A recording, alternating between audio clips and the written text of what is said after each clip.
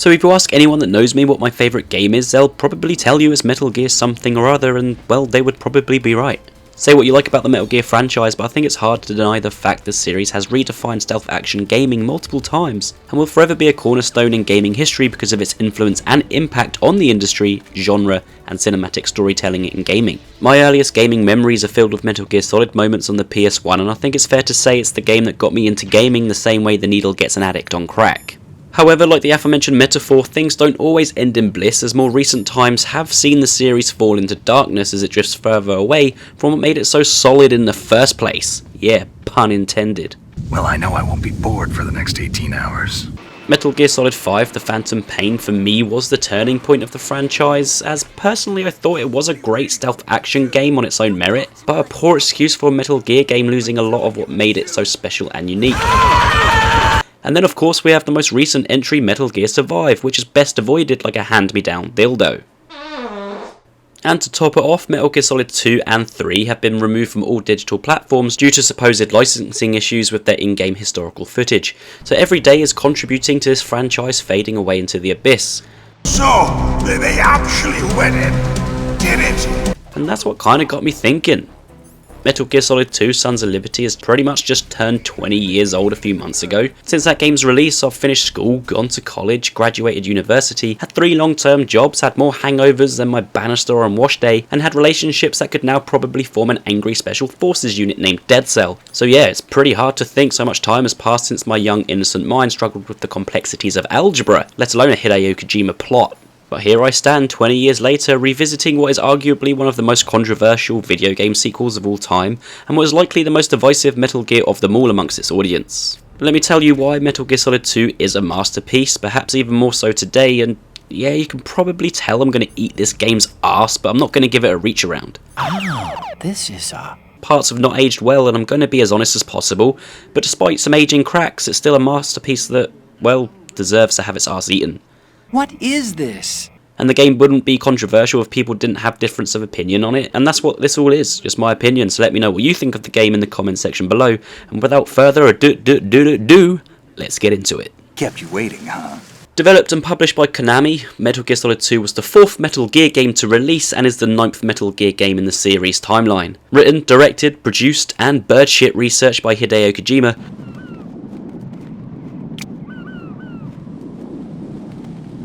This reminds me of when we first met. Sons of Liberty was released on the PS2 in November 2001, which not so coincidentally was the year of the snake on the Chinese zodiac calendar. Fun fact, Kojima never intended to make any more games after Metal Gear Solid 2, and it was Konami who pressured him into this as Kojima didn't want to fall down the rabbit hole of sequel tropes, but well, we'll get into the irony of that as we dive deeper into this video. Either way, Sons of Liberty went on to be a critical success, praised for its gameplay, story, innovation, and attention to detail, but divided its fans due to significant changes made from its predecessor, even though ultimately it was a financial success. As of 2004, the game had sold over 7 million copies, in a franchise that has now sold over a whopping 56 million copies. So yeah, do the math on that one. $30 billion. As we boot up the game for the first time, we are given 3 options: tanker, plant, or tanker plant. I remember first seeing this and not having a clue what it meant, and can probably imagine a lot of others feeling the same way, but luckily enough I went with the thought of, well, I want it all, and I can only hope everyone else did, because this is essentially the game's chapters, and to get the full story without interruptions, tanker plant is the way to go. Why this wasn't the default for first time playthroughs I don't know, as by clicking plant you could miss out on what is perhaps one of the most memorable and well designed prologues in the history of games. 2 years after the events of Metal Gear Solid 1, our story begins with a mysteriously cloaked figure that isn't really fooling anybody smoking like that. Taking a bungee jump off a bridge in what is one of the most badass entrances that no one will ever see due to stealth camo, our legendary hero Solid Snake lands on a passing tanker, making sparks fly like he is a fucking Terminator.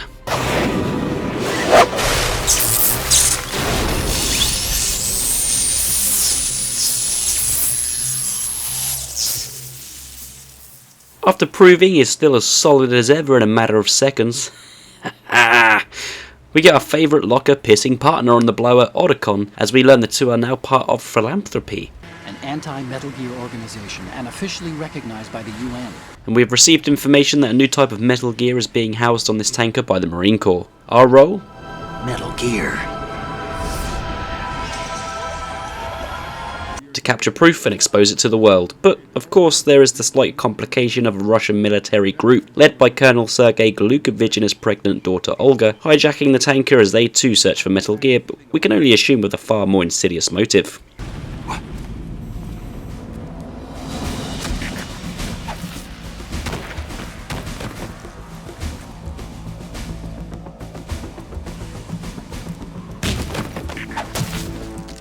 But just look at how friggin' cool this thing is.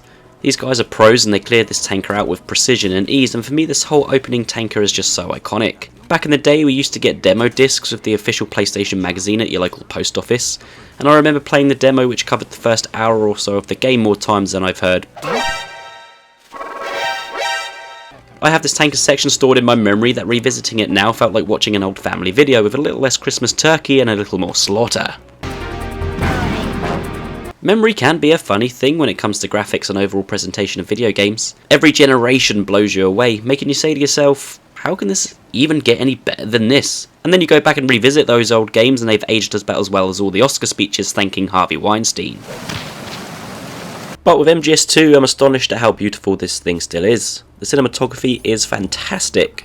Kojima has recently launched a movie studio in LA under his Kojima Productions empire, and you can really tell he has a movie man's mind, even with these old games. Good. Everything is gorgeously framed and adds to the preservation of its high production value. The textures and lighting effects are also notable considering how this is now 2 decades old. This cutscene prior to our first boss fight of the game, for example, sees Snake confronting Olga Glukovich. Everything about this screams Hollywood, from Snake's confident action hero persona, Olga's stereotypical Russian accent and hairy armpits, the New York City backdrop, the blood-pumping musical score by Harry Gregson Williams, the same guy who composed Shrek of all things, and the bullet time dodge makes this so cheesy but it's fantastically shot and an exhilarating set piece.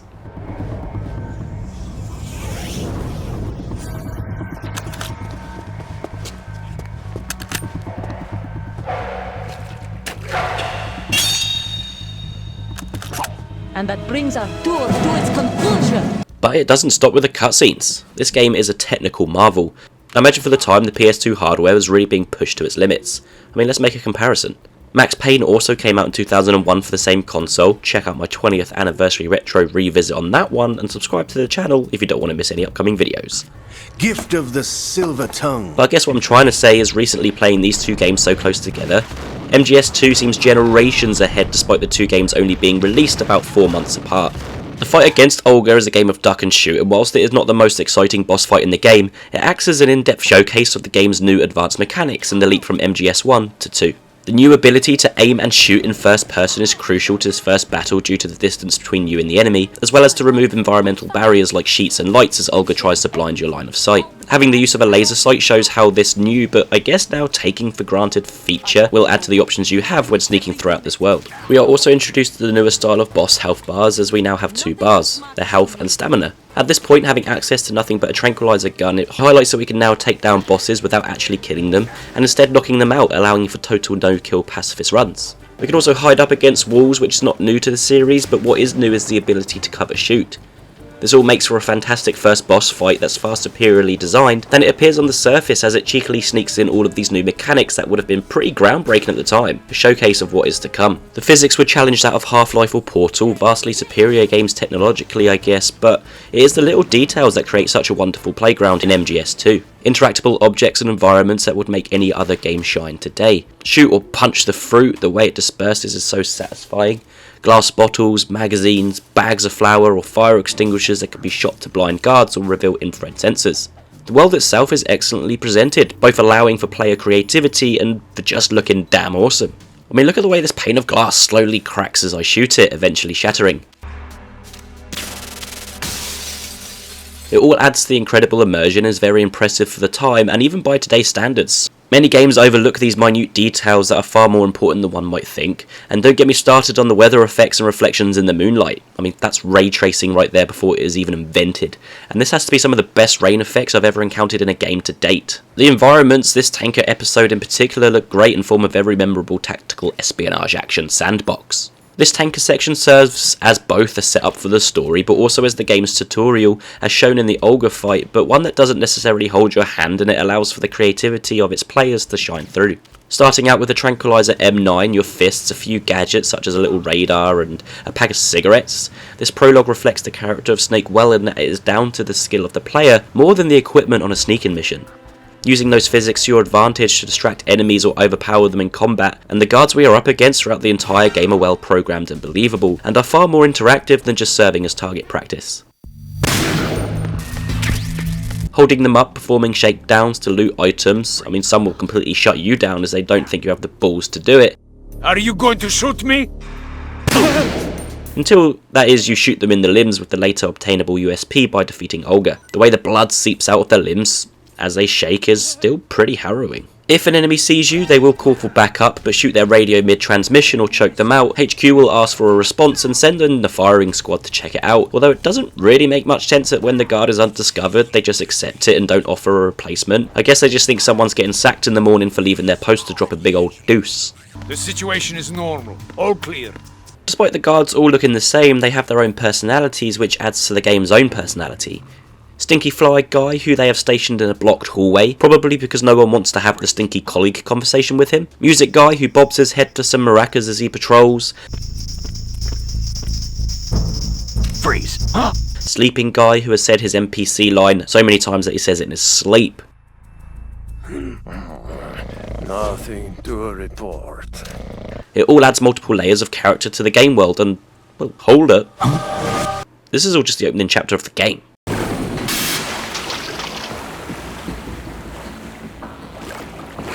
Over time, through discussions with other fans, I've come to learn that MGS2 is like Marmite. People either seem to love it or hate it, and I can put that down to two reasons.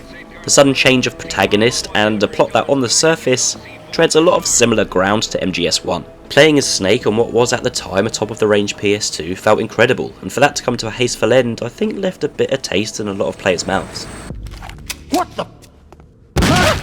As we are faced with familiar foes that, to be honest, now perhaps look like they've smoked one too many bones, and, well, start speaking like that too. Metal Gear Ray is hijacked by Ocelot, who is being controlled by the late Liquid Snake through his arm because nanomachine, son.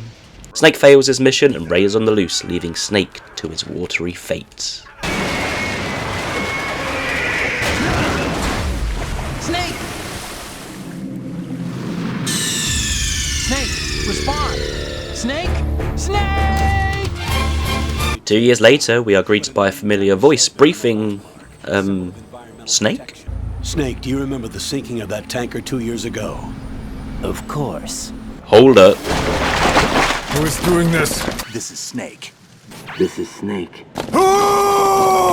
Never revealed in any trailers, gameplay, interviews, or any promotional material at all, we are introduced to a new character and main protagonist of the game, Raiden.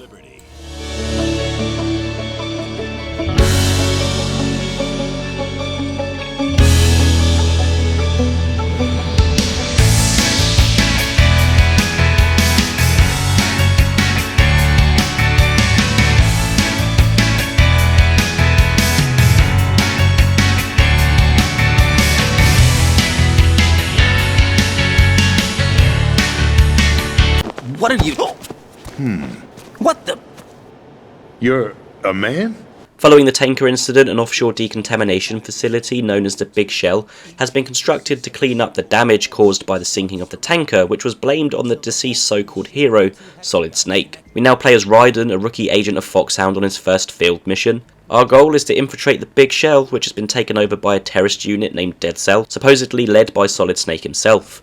Put an end to their reign of terror, rescue the president and other hostages. This was, and still is, to be honest, quite a jarring transition due to the situation it places the player in, especially if you are on a first time playthrough, and I think this is where a lot of the controversy came from. We have gone from playing as Solid Snake for around 2 hours, a recognisable and lovable hero who is confident, professional and ultimately a badass, a character in whom the players can feel the same way, and going to this natural continuation from the previous game, to being in the shoes of a rookie, and a character who, let's be honest, lacks the charm, the wit and abilities and strength of our hero we know and love.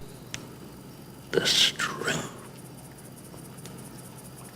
Feels like a step back and, well, a kick in the dick.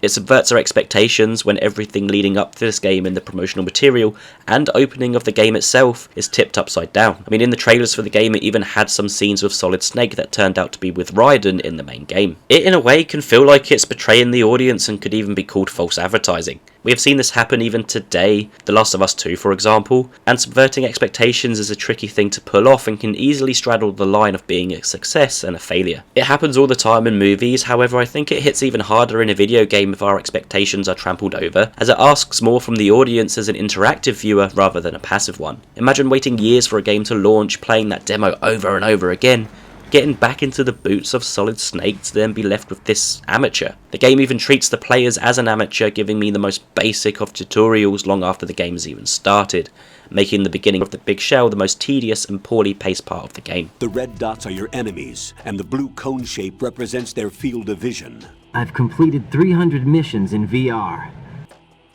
Your radar isn't affected by the weather. The big shell portion of the game begins in very familiar fashion, Raiden deep diving to our target location, face covered in mystery with a gruff voice. A voice I'm pretty confident in saying Raiden is putting on, because as soon as that mask comes off he doesn't sound so solid. Being briefed by none other than Colonel Campbell, Snake's previous commander, we approach our new stealth sandbox for the game, the Big Shell. 2 shell cores with struts sporting off, 12 hexagons connecting end on end. This is our playground.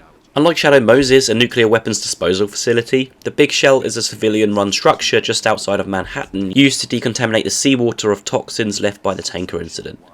During a government inspection led by the President of the United States himself, James Johnson, the Big Shell is hijacked by Dead Cell, a terrorist unit led by ex-President George Sears, who claims to be Solid Snake. I'm the boss to surpass Big Boss himself. Solid Snake. Whilst Raiden fundamentally does play the same as Snake, he does feel a little different to control in his flexibility, being far more athletic. Going from crouching to proning feels more instant, allowing for speedier stealth, and his role is a handless cartwheel. I mean, just take a look at this thing, no jump or twist to get into it, pretty sure it defies the laws of physics, but hey, this is all just foreplay foreshadowing what's to come.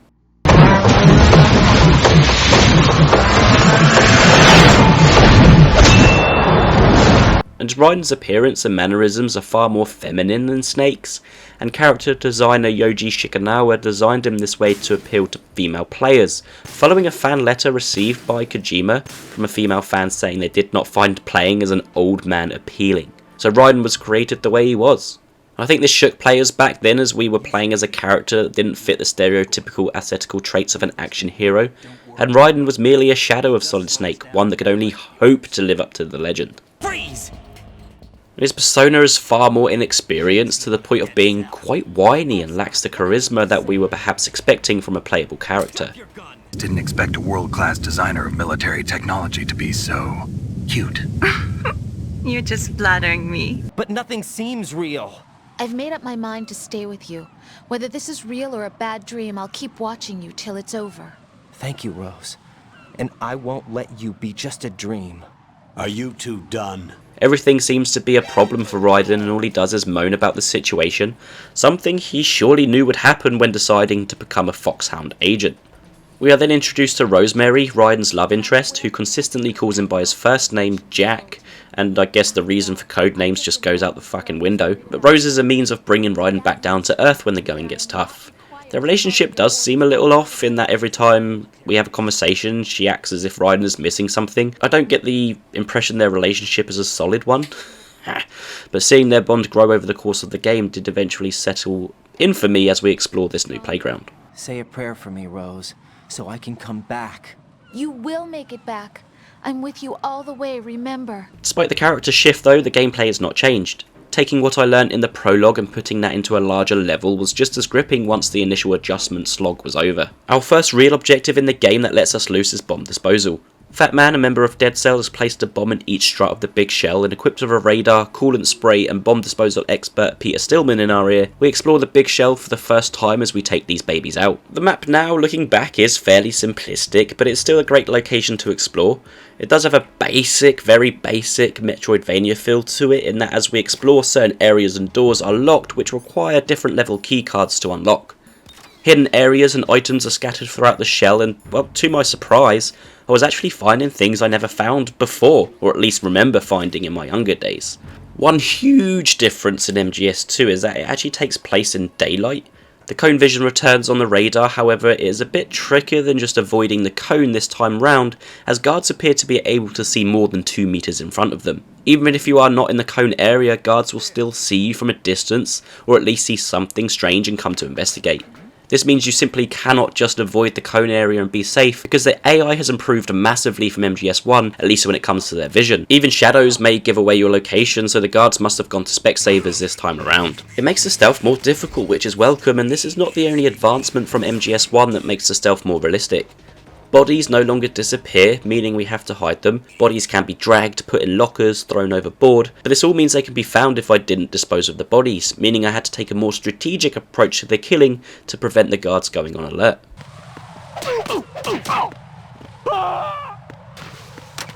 Once on alert, we have different tiers of guards. Your regular patrols who carry AK-74Us. Back up we'll see armoured guards carrying bulletproof glass shields, which with enough shots will eventually smash, and these guards come with machine guns and pistols to take you out. Going up against a number of these fellas does prove quite difficult, as being hit by one of these guys can often take you straight out to the floor, and as you're trying to get up you'll just be constantly shot at. If you are in a bit of a sticky situation though, where too many guards are around, you can just cheese your way out of it somewhat by just leaving the room or strut. And once into the next strut, the guards will still be on alert, but they won't follow you from the previous room, which did kinda suck and make for an annoyingly easy way out, which I suppose you could just avoid, but when it's there, why not?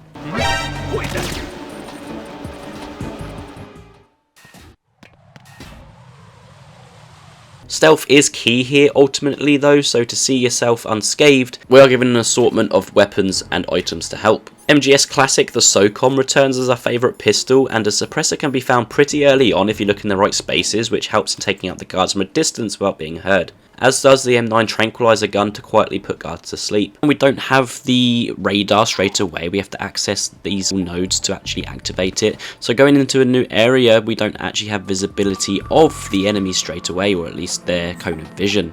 This makes it a little harder to navigate the areas of each strut until we have found the node to activate the map. Did you say nerd? Not nerd, node. Oh. You also have a number of items to help you through the game. You have rations to heal yourself as per the first game, thermal goggles, a vibrator that goes wild when enemies are near, and cardboard boxes are back, but this time we actually have different designs for different areas, so you can stand out if you use the wrong box, which I thought was pretty cool. This time around we are able to hang off ledges to get past patrolling guards. Back is the ability to knock on walls for distractions, and my personal favourite addition to the game, the porno magazine.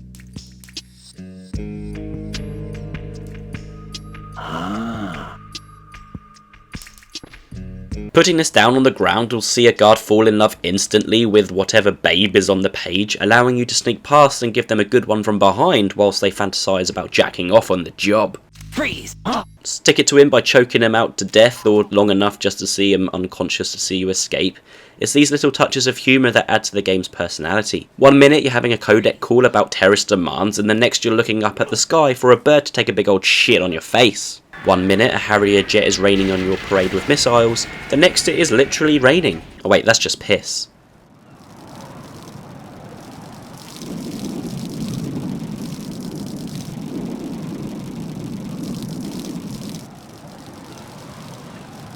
Despite the game's serious themes, there are many quirky moments, and it is all perfectly balanced, as it is across most of the games in the series. Outside of stealth, there are a dozen or so weapons to collect in the game: an M4 machine gun, an AK, Stinger missiles, sniper rifles, grenades, claymores, chaff grenades, and depending on your playstyle will determine how much of this stuff you use, but let's be honest, as I said, MGS2 is a stealth action game, and if you're attempting a stealth playthrough, much of the equipment and weapons will be irrelevant to you, and you won't even use them, which is kinda disappointing. The game does attempt at pushing some of this stuff onto you, for instance the sniper section with Emma crossing the oil fence, or the Harrier and Metal Gear fights requiring the Stinger missiles, but outside of these sections there is very little reason to get creative with the weaponry found, due to the intended stealth nature of the game.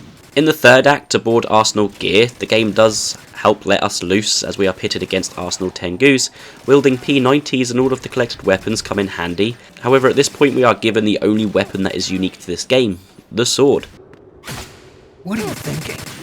So why would you not want to use this thing as Raiden finds his true calling? Yes, it's all player choice, by all means go in guns blazing at any time, but regardless the game doesn't control well enough to perfectly cater for this playstyle. Aiming in third person and first person does auto lock onto an enemy, and you can run and shoot, but the movement feels pretty clunky and anti-shooter in the heat of the moment, rendering this playstyle the not so favourable.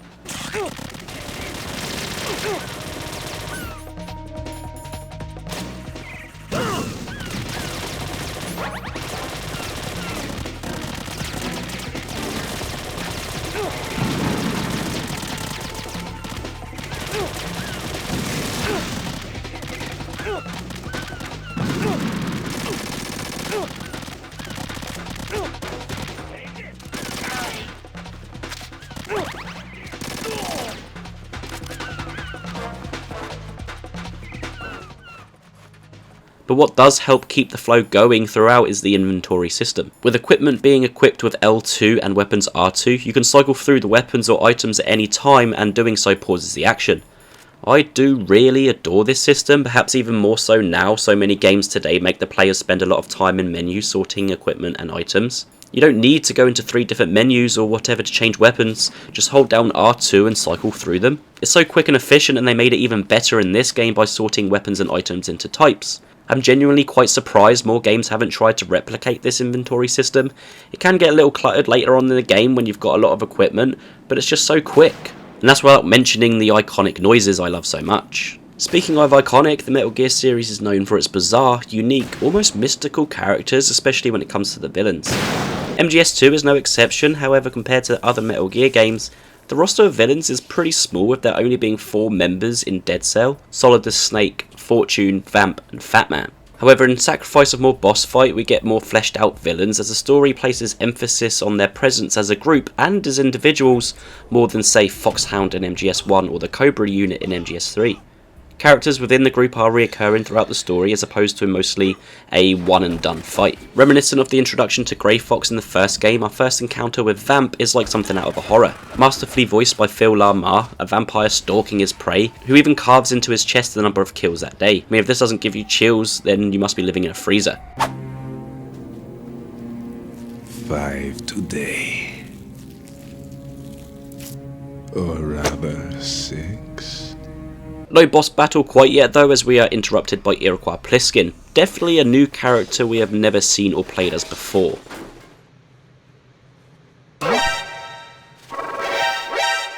Yeah, right. Shortly after this we get to witness Fortune bringing carnage down on some Navy SEALs. Another excellent introduction, but with a more somber, sorrowful tone to it, as we learn no bullet can hit her, even though she welcomes death. Third of the 4 members of Dead Cell is Fat Man, a bomb expert who is more of a ticking time bomb, so to speak, than the others. Distancing himself from the team's values and goals, he is taking it upon himself to destroy the Big Shell, creating the biggest bomb detonation in history as he sees the destruction as art. Glad you could make it. The party's about to start. Then of course we have the leader of the group of lowlifes, George Sears, aka Solidus Snake, but more on him later. Each of these characters have an interesting and fleshed out backstory that is heavily involved with the game's core narrative. I mean, I love the relationship between Vamp and Fortune. I wouldn't even consider it romantic, but just a true respect for each other, and any scene with them together is a show stealer. As a whole team though, they appear to have conflicting aspirations that boil as we get towards the climax of the game. With this all said though, from a boss battle gameplay point of view, I would have to say MGS2 is probably the weakest out of the 4 main games. Yes, 4 main games, 5 doesn't count as boss battles appear non-existent, which unfortunately ultimately makes Dead Cell not so memorable as villains when compared to the Foxhound or Cobra units. Aside from Fat Man and Solidus, we don't actually kill any of the bosses ourselves like most villains in the other games. They either survive for plot or die in cutscenes by the hand of others out of our control. I have discussed the great intro boss fight with Olga, so our second fight sees us against Fortune, but calling this encounter a fight is like calling watching paint dry exhilarating.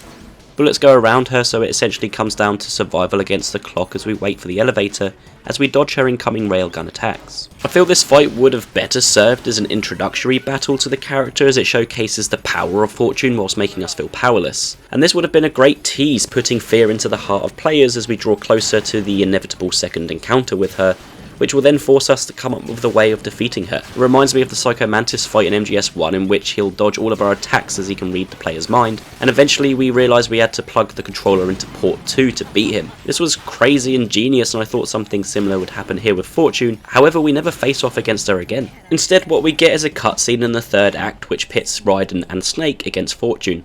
Nice one, I thought. A 2v1 battle. Maybe Snake distracts her whilst Raiden creeps up behind her with that new sword of his and stabs. Instead, Raiden leaves and we get an off-screen fight between Fortune and Snake, and it's left to our imagination as to what happens. Very disappointing. The third fight makes up for it though, which is against Fat Man, in what I would say is the most memorable fight of the game. Having to battle Fat Man whilst disarming his bombs on the roof adds a need of urgency to the fight rather than cover, shoot, cover, shoot. It's not too difficult, but balancing disarming the bombs with the coolant spray and shooting Fat Man in his bonce mixes up the formula at least and gives the player a more active and thoughtful fight. And the way he just sweeps around on his rollerblades drinking a glass of red wine always makes me chuckle. Laugh and grow fat. After this fight, the game starts to both come into its own by adding multiple plot threads that will last through the entire franchise, but also starts to show the similarities to the first game, which could put some players off by giving the impression it's just a copy and paste sequel. We meet Mr. X, not Deep Throat, who lays the foundations of what is really going on here, with the big shell being a cover-up for a place to house a new Metal Gear, and provides us with a plan to locate the President. Now in possession of a guard's uniform and an AK-74U, we can infiltrate the Shell 1 core to locate Ames, a colonel which is being held hostage, which we believe can provide us with the location of the President. This whole section feels like espionage at its finest as we blend into the guards. However, just being dressed as one of the guards and holding an AK is enough for them to see you as one of their own. Running and doing cartwheels, I guess, for them is just another day on the job. It would have been pretty cool to have to actually act like one of them as well. Our next boss fight is our introduction to both Solid Snake and the real Solid Snake, who definitely tricked us all along. Solid Snake. No, that is not Solid Snake. A whole different game from Liquid, Solidus is physically superior, but our first boss fight against him is a piloted Harrier jet as opposed to a one-on-one fight. Being supported by Snake with item drops, we use the Stinger missile to swat him out of the sky like some bothersome fly.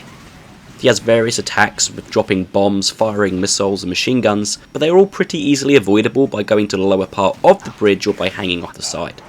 Once defeated, we have taken out Solidus's eye, Vamp his co-pilot runs on water like some vampiric Jesus, and Raiden loses his Metal Gear virginity, which makes this fight from a story perspective pretty excellent. That's Metal Gear! It's already active! After the Harrier jet though, I bloody struggled a little bit. To get from Shell 2, I would slip off the shell, I would slip on bird shit, I even struggled to make the jump across to get this item on the other side, and I just kept getting seen by guards and falling off and dying. I don't know what was going on, but I really struggled with it.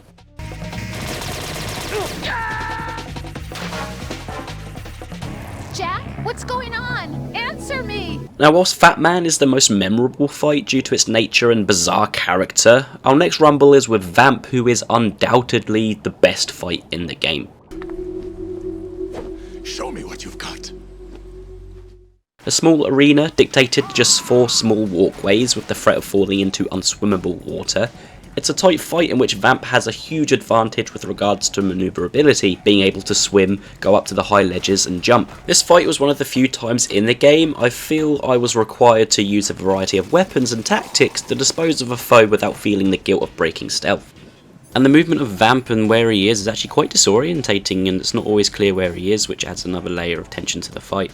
You can easily vary it up and use different methods on multiple playthroughs, and this is one of the 2 boss fights in the game you can actually do that. Aside from Vamp and Solidus, all other fights are very set in their ways to defeat the boss, which I noticed massively on this playthrough of the game, and the Vamp fight really was a breath of fresh air. Use the M4 machine gun or a grenade launcher for when he's up above. I even used claymore mines to trap him when he approached me with his slow walk.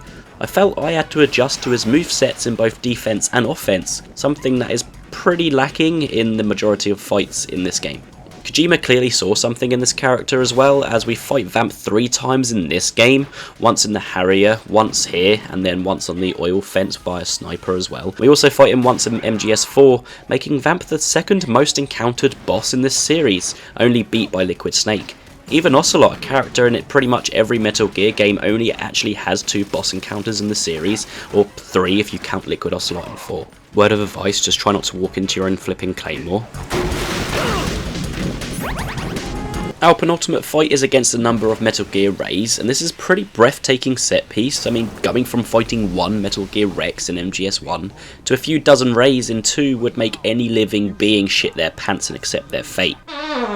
However, where Metal Gear Rex in the first game is one of the hardest boss fights in that game, Metal Gear Rays here are like the Raidens to Solid Snakes. They're pretty easy to take down, taking only a few stinger hits to do so, and I felt the threat of the Rays deteriorate rapidly. Only fighting 3 at a time, there are a few attacks to watch out for: machine gun fire, missiles and lasers, as well as them getting up in your grill by jumping towards you. Granted, this fight on harder difficulties can become very difficult, but on normal it is quite underwhelming, but thankfully, regardless of the fight, it is held up by the importance and revelations the story is throwing at you at the time. Which leads us to our final boss hurdle of MGS2, which is Solid the Snake, and I would say this is the hardest fight in this game, fitting for a final encounter.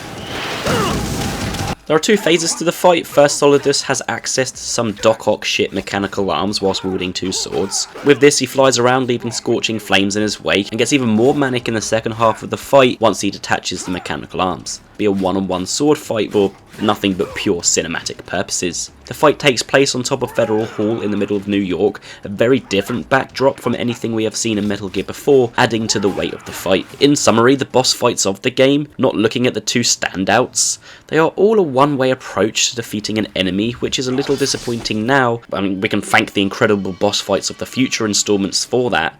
However, at the time of release, I do remember thinking how awesome they were, and even today, despite their flaws in gameplay design, they are still great fights due to the characters themselves and the story they play a part in, which is where MGS2 really does shine. I mentioned earlier that the game does tread a lot of similar ground to MGS1. The plot of rescuing hostages, otherwise the terrorists will launch a nuke, the appearance of Mr. X, aims in the president dying. I mean, we have to find the president by using the Nikita to disarm an electrical floor, which was the only time I used the Nikita in the game, but this is the same way we find Otacon in MGS1. And the fact that we have to rescue Emma Emmerich, Otacon's sister. There are many plot points that seem like they are just rehashing MGS1. Gameplay wise, they do add more meat to the bones in that we have to infiltrate Shell 1 core by disguising ourselves as a guard, the escort mission with Emma as we swim through the destroyed struts. Colonel, I've got Emma Emmerich here. We've managed to avoid drowning.